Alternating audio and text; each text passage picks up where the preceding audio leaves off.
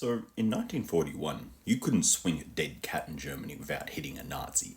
They were everywhere, loud and proud. But less than 4 years later, by the end of 1945, you couldn't find one anywhere. They had all mysteriously disappeared. No one could even tell you where to find a Nazi. Hell, they don't even know how to spell Nazi. Why? Why not own it? Why not live your truth? See, that's the thing about fascism. At its core, it is a profoundly selfish political ideology. The people who support fascism do so because they think it is in their personal interest and convenience to do so. And they have no empathy for the victims of fascism, so long as, they aren't one of them.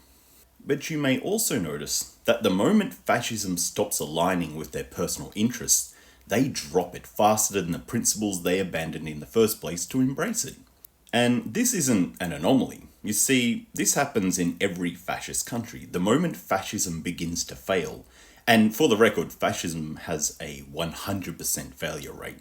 You see it even in its most vocal supporters. They start to abandon it without a second thought.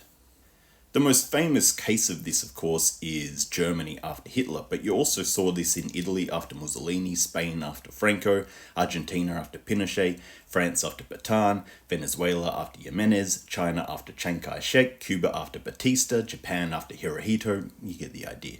Suddenly, there are no fascists anywhere. They've all just magically disappeared. That's because, as an ideology, fascism has nothing to offer but the violent repression of threats to capitalism. It has no depth beyond this. That's why its supporters only go along with fascism so long as it is personally profitable for them to do so.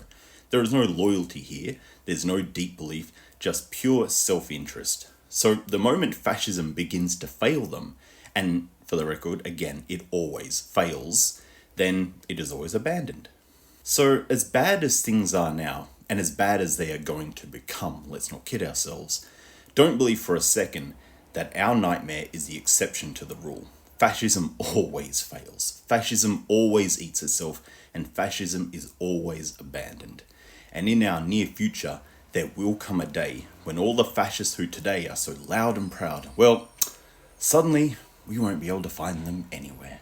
Anyway, something to think about.